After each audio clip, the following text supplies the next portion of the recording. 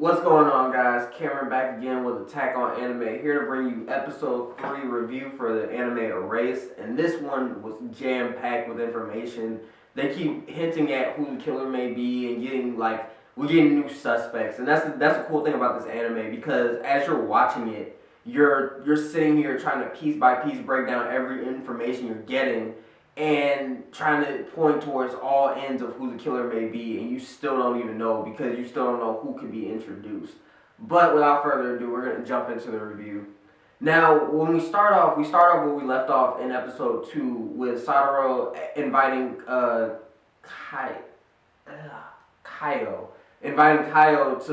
to his birthday party on his birthday because he's still trying to become good friends with her, and at the end of that episode she starts to trust him a little bit more. And when we fast forward to where he's at school, they're in gym class, I think, and they're just doing an ice skating competition, and he's racing against this kid who's on the ice hockey team who's really good. And as he's racing, he's just like, I actually remember this race from 18 years ago, but he's like, I can't remember if I won or if I lost, and he's just like trying to figure it out really fast because he's like, I know I need to fix something here, but I don't want to do something that'll mess up the timeline. So he's just like, I'm just going to throw the race since this kid is on the ice hockey team, so it's only natural that he will win. And once Satoru does that, the kid gets mad at him because he's just like, why would you do that? I hate people like you the most. And pretty much the kid was just like, you can tell this kid takes sports really seriously because once he loses, of course if you lose at something you're really good at, you can tell if someone was holding back, especially if they were beating you outright to start with, because Satoru was winning by a lot, and then he started to hold back near the end to throw the race. And also Kaio gets mad at him too because she was just like, I thought you would never lie to me, I told you to never lie to me. And Satoru's just like, oh, well, I mean, he's really good at ice hockey, so I just wanted him to win because I felt like he should win. And Kaio was just like, even his friend Kenya was in the crowd looking kind of suspicious. And Kenya, he seems like he's the one kid besides Kaio who's more mature and knows what's up more than the other kids do. Because every time Satoru does something, Kenya's just like there to either help fix that problem or he's just looking real suspicious in the background. So you're starting to get that sense that Kenya knows more than everyone else does in this anime, especially since he's way smarter than the other kids. And we also go to the part where Satoru is trying to figure out what day that Kaio died or was murdered, and he can't remember, but he's trying to figure out, he knows it's sometime, because compared to the other victims, she was the only one who was still 10, so he was just like, okay, I know it's between March 1st and whenever her birthday is, so I have to find out when her birthday is to narrow down, like, what day this is going to happen. And he's going through the files in his teacher's cabinet, and his teacher Yashiro catches him, and Yashiro's just like, oh, what are you doing? He seems kind of calm, like he seems like that cool teacher that will like not try to get you in trouble. He'll try to like talk to you and like work with you on whatever problem you're trying to fix. So Satoru is telling him, oh, I was trying to figure out what day Kaio's birthday is. And Yashiro reveals to him that Satoru and Kaio have the same birthday. Now, I don't know if that's going to come into play later when it's just like, it's going to like reveal something like, I don't know, maybe she's adopted and they're twins or something. Like, I don't know, like something weird like that. Because I feel like their birthday wouldn't be on the same day unless it was going to mean something later. So he finds that out. So he's just like, okay, so March 1st is the day that she died or was murdered. So that's the day I have to fix.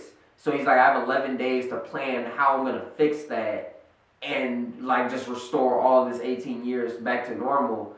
And then after that, we actually meet Yuki for the first time. And Yuki, he's like 23, so he's well older than Satoru at this age. And he's just like a normal kind of like, he's the normal kind of guy that's like my age. He has like Playboys, and Satoru actually spots them out, and he's just like, oh, I'm sorry, I hope I didn't make you feel uncomfortable. And I was just like, okay, Yuki, you're kind of, I want to give you the benefit of the doubt and say you're not a pedophile, but don't give me more reason to think you're a pedophile. Because even when he's talking to Satoru, he's just like, oh, you matured so much. And I was just like, okay, let's stop with the creepy talk here. Like, can we stop? Like, he's 10, remember that. So it's just like, it's just kind of weird that Yuki is like talking like that. And even during when Yuki's talking to him, Sadaro's having flashbacks to when he was getting questioned about Yuki. And the cop was asking him, did he talk to you a certain way that made you feel uncomfortable? Did you see anything in his room that was like weird or made you feel uncomfortable? So they were pretty much trying to prove that Yuki was a pedophile when Sadaro was trying to prove his innocence. Like you saw in the first episode when he said, I regret all of that because Yuki went to jail because of me. And we actually know his real name isn't Yuki. His real name is June. And he's still convicted, and to this day he still pleads his innocence. So Sadaro is just like, that's another thing I have to fix with this. I almost forgot that Yuki is still in jail even when I'm an adult, and I know he's innocent. So he's just like, there's so many things that I have to fix within these 11 days to make sure none of this goes wrong. And that at the end of this, I can go back and my mom will be alive, and this girl will be alive, and she'll get to grow up, and Yuki won't be in jail. But after that, he goes to Kaio's house because he's still really worried about her. And he goes up to the house and he pulls on the door, and he's just like, oh, it's still locked, and okay, so she may not be home. But he sees her stuff outside and tracks in the snow leading up to this shed. Now this part, guys, spoiler warning all over this, because this gets real, and this gets really depressing actually.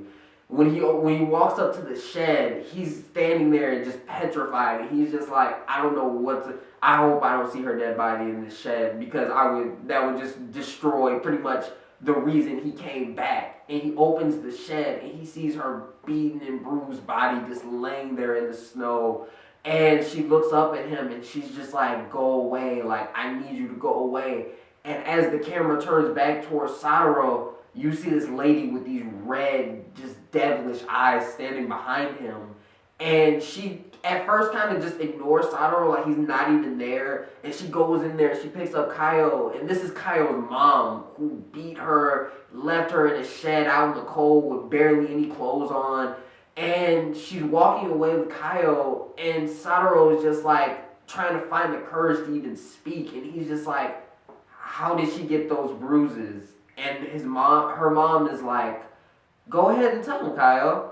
And Kaio says, I fell. And obviously that's a straight up lie. So her mom takes her inside, and the next scene is where it gets really even darker than that. You see a face being dumped in ice water, and it's Kaio being dumped in ice water because her mom is just like, well, it's Saturday, we gotta get these bruises healed up by Monday on your face so people don't ask questions. And I'm just like, whoa. And the mom's boyfriend, or the girl's stepdad, whoever that is, that was sitting in the living room just cracking a beer, like, he doesn't even care that a girl, like, how do you sit there and like a little girl is getting drowned in ice water and you just have like no shred of emotion. So it's just like, we don't really know who is abusing her. Like, we don't know if it's that guy or the mom, but we know the mom at least knows about it and is just like caring enough to try to cover it up. But she's just like, nope, I'm just gonna keep letting it happen. Whoever's beating you is gonna keep beating you.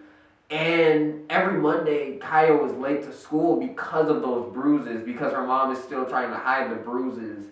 And when Sadaro goes to talk to Yashiro, his homeroom teacher, about it, he's just like, the teacher is actually just like, I did notice her strange behavior, and she's always late on Mondays, and I did notice a bruise, but I sent child services to her house 3 times, but each time the mom is pretty smart, so she ducks them, and she's not at the house when the scheduled time is. But I'm like, that would set off a red flag in any child services case. So they would go deeper than that. They wouldn't just leave you alone. But in this case, they just leave her alone and let it continue. So Sadaro, as he's leaving from talking to the teacher, he's just like, I guess I'm just gonna have to handle this myself, because obviously the teacher is gonna wait too long, because this happened before. If he knew then he knew in the 18 years previously that she was being abused, and he was going to wait till after spring break to do something about it. But Sadaro was just like, no, that's too late. I got to speed up this process. I have 11 days to pretty much fix all these mistakes. And as they're in class that day, she comes in late, and she sits down at her desk, and she's accused of stealing lunch money as all the kids are eating their lunch that they paid for, and she's accused of taking lunch money. And it was in her bag, but the teacher covered for her by saying, oh, she was working lunch duty, so that's why it was in her bag, and she was collecting all the money, and that's why it was in her bag. But I don't know if she actually stole it or if the teacher was just covering for her. I don't think she actually stole it. I think the teacher was pretty much telling the truth that, okay, she was working yesterday, so maybe she forgot it in her bag, because that would make sense of why it was in her bag. And the girl who accused her, Kaio tells Satoru, like, she hates me. In 3rd grade, I threw her mechanical pencil out the window because she was making fun of my like cheap rundown pencils that I had. So I threw her special prize pencil out the window. And after that, Satoru is just like, okay, I want to take you to see something. And he takes her to see a Christmas tree. And it's pretty much just, it's February, so there's no leaves on the tree or anything. So it's just a frozen tree. But visually, it's really appealing because the icicles are just like, they're reflecting the light off. And it's just a really beautiful shot scene. And while they're standing there, these 2 fox come running around them in circles. And Satoru was talking about how people didn't believe me when I told them that this happened to me when I was a kid. But now I have Kaio here, and she's experiencing it with me. And Kaio actually smiles by the end of this, which we haven't even seen up until this point, because she seemed so much mature, but she seemed more broken than anything. And by the end of this, you're just like, wow, she's actually starting to lighten up. She's smiling. Like, this could actually turn out to be a happy ending, or this could be setting up to be a really dramatic, like, depressing ending. Like, you can't really tell. But at the end of this episode, Kenya, Satoru's friend, is talking to Yashiro, and that's where it ends. But Kenya's eyes are blacked out, and you can only see the teacher's back. So it's just like that really intense looking scene, like it's setting up something for the next episode. Like we said in our last review, each episode leaves off on a cliffhanger, so you're just like, oh my god, like what's going on? That's why I said at the beginning, I think Kenya has something to do with, or he knows something about the murder that happened. Like maybe Yashiro is Kenya's dad and no one knows, and they're planning something together. But it's just like, it just sets up that air of mystery to it. And I just can't wait for the next episode. We're going to start doing weekly reviews on this, because this anime has you thinking the entire time. Like, even as I'm like sitting here and I have to take notes on it to do the review for you guys, I'd be doing this anyway, because otherwise you'd probably be really lost, because you would forget about something that happened before that would set up something later.